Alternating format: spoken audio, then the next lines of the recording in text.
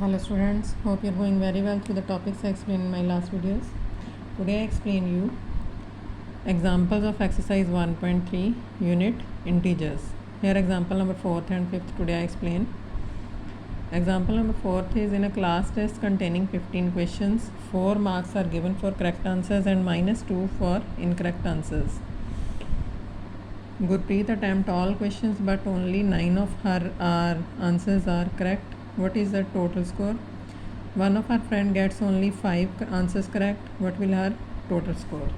हमें total score find करने हैं. मीन्स अगर 9 उसके करेक्ट हैं तो 6 इनकरेक्ट हो गए और उसके फ्रेंड के 5 करेक्ट हैं तो 10 इनकरेक्ट हो गए. उसके अकॉर्डिंग आगे सॉल्व किया जाएगा.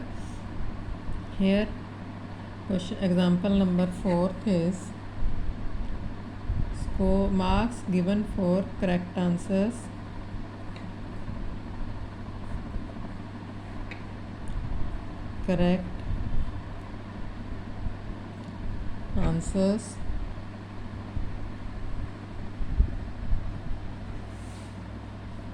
is equal to what? 4 marks, and marks given for incorrect answers is equal to -2 marks. First one is for Gurpreet.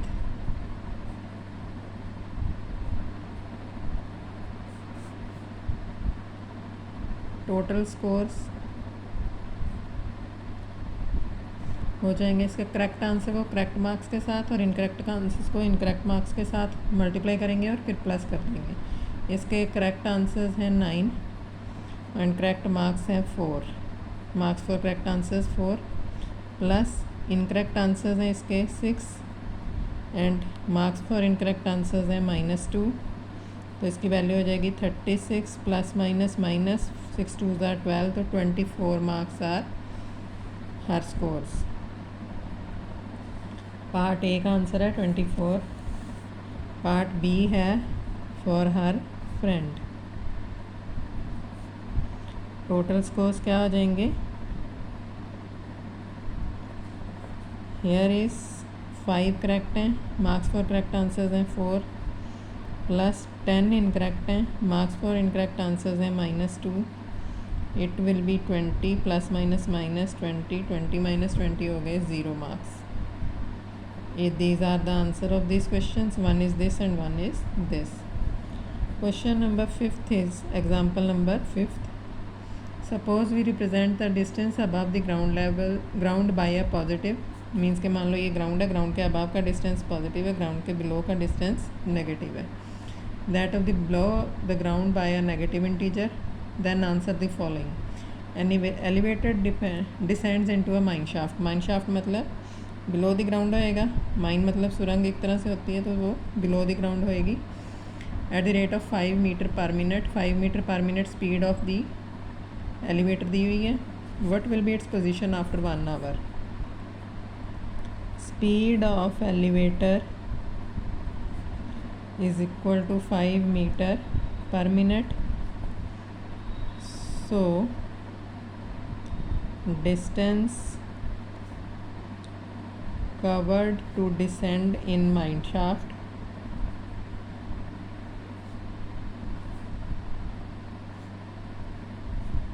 तो डिस्टेंस उसने कितना कवर किया है? 5 मीटर का. तो 5 मीटर हो गया. माइन शाफ्ट है तो mine shaft below of the ground है तो -5 मीटर होगी वैल्यू. तो what is the position after 1 hour? Position after 1 hour is equal to -5 into 1 hour means 60 minutes. Metre per minute adjust करेंगे तो ये हो जाएगा -300 मिनट्स 60 मीटर के अकॉर्डिंग ये टोटल वैल्यू आएगी आपकी मीटर में और -300 मीटर आएगी क्योंकि मिनट के साथ तो हमने मल्टीप्लाई कर दिया. तो total distance speed into time होता है. Speed into time is equal to distance होता है. Distance is always in metres. इस बात का ध्यान रखना है.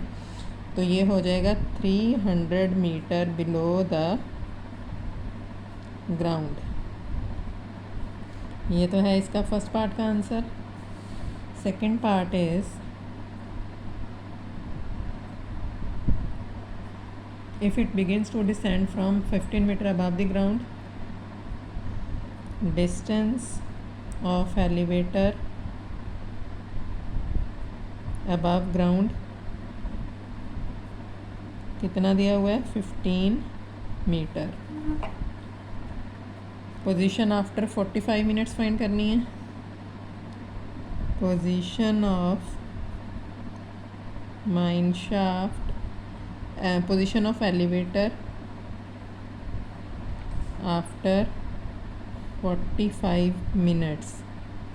तो टोटल डिस्टेंस इसने कवर किया था माइन शाफ्ट में 5 metre below the ground, multiply by करेंगे 45, तो इसकी टोटल वैल्यू आ जाएगी 5 5 ज़ा 25, 225 मीटर, मीन्स के 225 मीटर बिलो द ग्राउंड है। तो एक्चुअल पोजीशन क्या हो जाएगी इसकी, actual position of elevator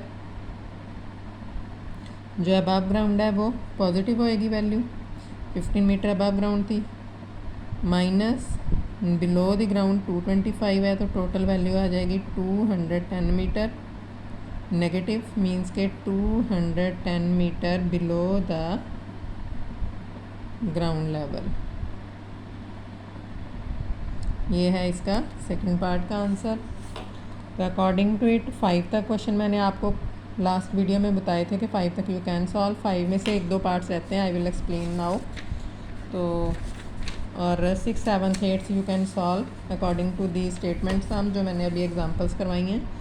question number जो 5th है, 5th का सेकंड पार्ट तो आप सॉल्व कर सकते हो अकॉर्डिंग टू फर्स्ट क्वेश्चन, जो प्रॉपर्टी के अकॉर्डिंग सॉल्व करना है। मल्टीप्लिकेशन ऑल टर्म्स, और इनको मल्टीप्लाई करते समय डायरेक्ट मल्टीप्लाई नहीं करना, कोई ऐसी वैल्यूज़ को मल्टीप्लाई करेंगे जिसके अकॉर्डिंग यूनिट डिजिट 0 आ जाए। मान लो आपके पास है 8 × 73 × -25, तो हम 8 को 3 से मल्टीप्लाई करेंगे 24 होता है, तो नॉट पॉसिबल। 8 को 25 की ग्रुपिंग करेंगे तो 0 आ जाता है 40, इंटू कर देंगे इसको 73 से, मतलब पहले इसको 8 को 25 से मल्टीप्लाई किया, it will B 44, 16 and 4 20, negative multiply by 73, तो इट विल बी 6 14 00। ये इसका आंसर आ जाएगा। तो इसके according second part of 5th question you can solve. और 2 क्वेश्चन है इसमें डी एंड जी पार्ट, ये थोड़े डिफरेंट हैं। I will explain G part. जैसे है 17 नेगेटिव इंटू -29, तो जो 29 टर्म है उसको हम डिस्ट्रीब्यूट कर लेंगे। 17 नेगेटिव और 29 को माइनस ऑफ 30 -1, तो ये टर्म एडजस्ट कर सकते हैं। तो सबसे पहले माइनस माइनस क्या हो जाएगा प्लस, तो टर्म बचेगी 17 × 30 -1। 30 -1 29 होता है, इनको डायरेक्ट मल्टीप्लाई नहीं करना, ऐसे हम डिस्ट्रीब्यूट करके फिर सॉल्व करेंगे। अब 17 को 30 से मल्टीप्लाई करेंगे, साइन इज़ नेगेटिव, फिर 17 को 1 से मल्टीप्लाई करेंगे। अब इसी पार्ट के अकॉर्डिंग आपका एफ पार्ट है 77 × 50 -2, सेम पार्ट इसके अकॉर्डिंग हो गया। जैसे अब ये नेक्स्ट पार्ट करवाया है वैसे ही वो करना है, मतलब D F and G part you can solve according to this. 17 × 30 हो जाएगा 510 -17, तो its value will be 3, 10 - 1 9, 4, 493 will be the answer. अब मैं आपको एक पार्ट करवा रही हूँ एच पार्ट के अकॉर्डिंग अपनी तरफ से। -23 इंटू -29 + 23।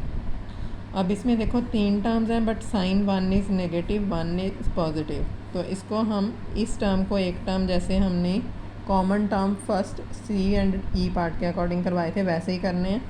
23 सेम इन बोथ, दोनों में 23 सेम है, तो इसके साथ मान लेंगे 1, तो एक टर्म इसको एज्यूम कर लेंगे। अब इनके अकॉर्डिंग सबसे पहले माइनस माइनस क्या हो जाएगा, दिस इज़ प्लस, मतलब 23 × 29 + 23 × 1, and it can be solve like 23 is common in both this one and this one, तो दिस डिवाइडेड बाय 23 करेंगे तो इंटीरियर बचेगा 29, और इसको 23 से डिवाइड करेंगे तो इंटीरियर बचेगा 1, तो इसकी वैल्यू आ जाएगी 23 × 30, 69 × 10, 690। This is the answer of this question.